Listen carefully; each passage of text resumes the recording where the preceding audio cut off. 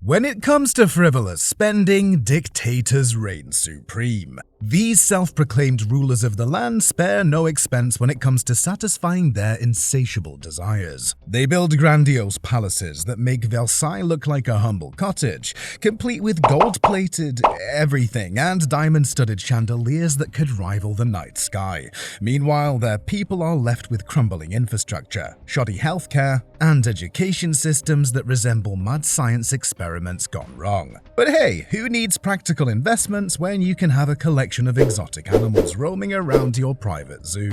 Today, we will take a look at some more of the world's past and present dictators who don't mind splurging their country's money for their own benefit. Alexander Lukashenko, the long-standing president of Belarus, also known as Europe's last dictator, is not one to shy away from frivolous spending and eccentric purchases. When it comes to using his money, Lukashenko's choices can be as unpredictable as his political decisions. First and foremost, Lukashenko is known for his extensive hat collection. It seems that no extravagant headwear is off limits to him. From oversized furry caps to flashy jewel-encrusted creations, he spares no expense when it comes to adorning his noggin. Who knew that ruling a country required such a vast array of headgear? One of Lukashenko's most extravagant purchases is said to be his private zoo, filled with exotic animals. From lions to zebras, he has created his own personal wildlife sanctuary. One can only imagine the conversations he has with his furry friends about matters of state. But that's not all. Lukashenko's love for luxury vehicles is truly something to behold. He has been spotted cruising around in a fleet of customized cars, including a gold-plated limousine that could put even the flashiest rap video to shame.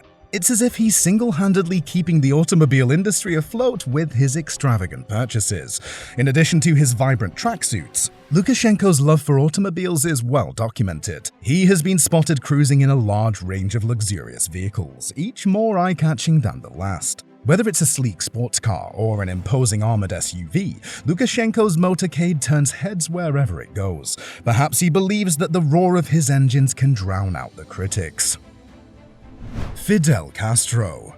His portrayal to the Cuban people was carefully crafted through state-controlled media, propaganda, and censorship. While many Cubans embraced his image as a revolutionary hero, little did they know about how he was spending the country's money to enrich himself. Castro's ex-bodyguard and aide for 17 years, Juan Reynaldo Sanchez, dismisses the official Cuban media line that Castro lives on a small salary, 900 old pesos a month, around $37, and shared the hardships of his people. In fact, he says after repelling the farcical CIA-backed invasion attempt by Cuban Americans at the Bay of Pigs in 1961, Castro came across a Robinson Crusoe-style island off the same bay known as Cabo Piedra, Stone Cave.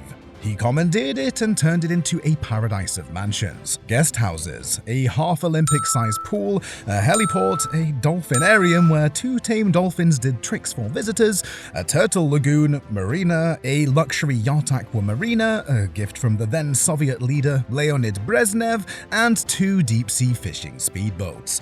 Guests were looked after by attractive young women, plucked from the barrios of Havana and pledged to discretion and secrecy. The island's existence was banned from the state media, but Castro's best friends, from the East German communist leader Erich Honecker to CNN owner Ted Turner and Colombian author Gabriel Garcia Marquez, were regular guests, according to Sanchez. He said he went deep-sea fishing, scuba diving, or spearfishing with the Cuban leader hundreds of times, watching him wash down his own freshly caught lobster with his favorite scotch, a 12-year-old Chivas Regal. Mobutu Sese Seko of DR Congo. Mobutu Sese Seko, the former president of Zaire, now the Democratic Republic of Congo, was notorious for his extravagant and opulent lifestyle. During his rule from 1965 to 1997, he amassed enormous wealth, often at the expense of the Congolese people.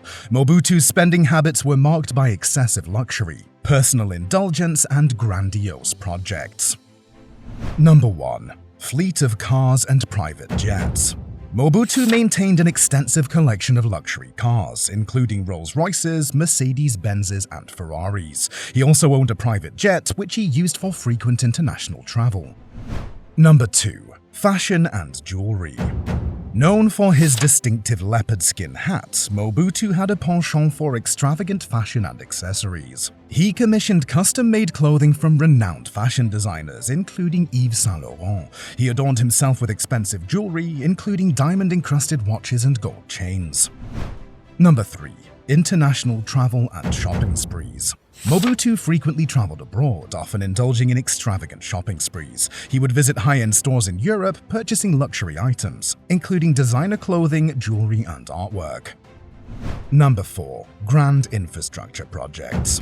While Mobutu's spending was largely self-serving, he also invested in grand infrastructure projects. However, these projects often served to enhance his personal image rather than benefit the Congolese people. Examples include the construction of the Nzele Game Reserve, a private wildlife sanctuary, and the rebuilding of Kinshasa, the capital city, which showcased Mobutu's grand vision but did little to alleviate poverty or improve living conditions for the majority of the population.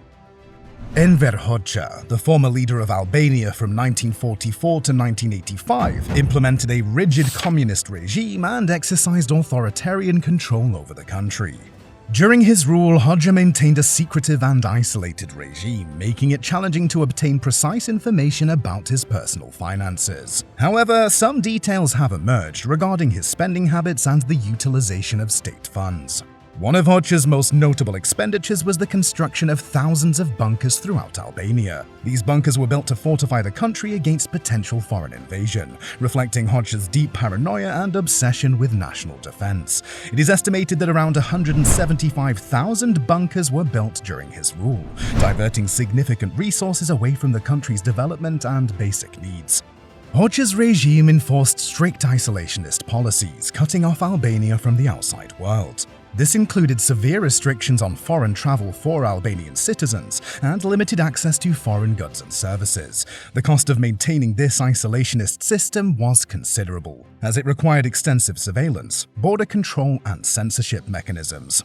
It is important to note that Hodara's spending priorities were largely aligned with his ideological objectives and the maintenance of his oppressive regime. The significant investment in defense, isolationist policies, and propaganda machinery, while costly, served to reinforce his grip on power and suppress dissent within Albania. Ferdinand Marcos, Philippines' Irma's daddy.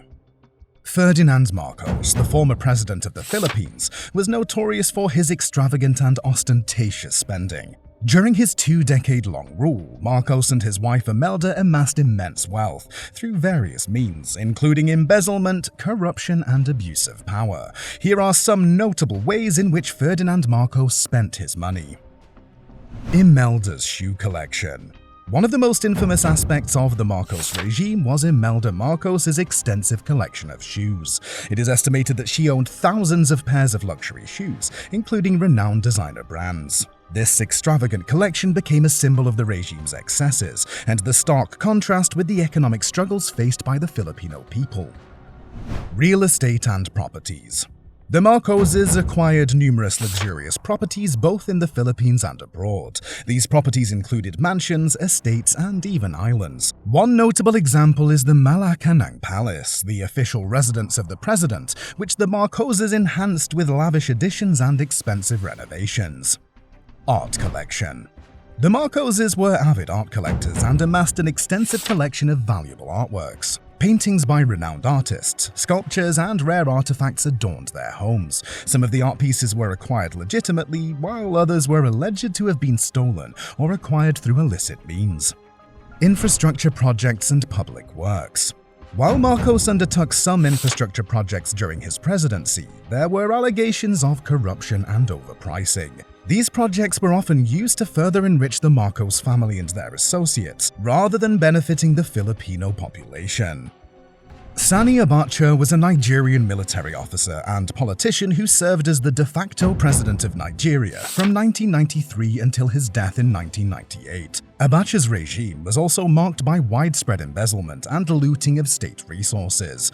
Billions of dollars were allegedly siphoned off from the Nigerian treasury through complex financial schemes. Enrico Manfrini, a Swiss lawyer who led a treasure hunt for the billions stolen by Abacha, reported one of the methods used for accumulating such a colossal sum was particularly brazen. Abacha would tell an advisor to make a request to him for money for a vague security issue. He then signed off on the request, which the advisor would then take to the central bank, which would hand out the money, often in cash. The advisor would then take most of that money to Abacha's house. Some was even taken in dollar notes by the truckload, as reported by Mr. Monfrini.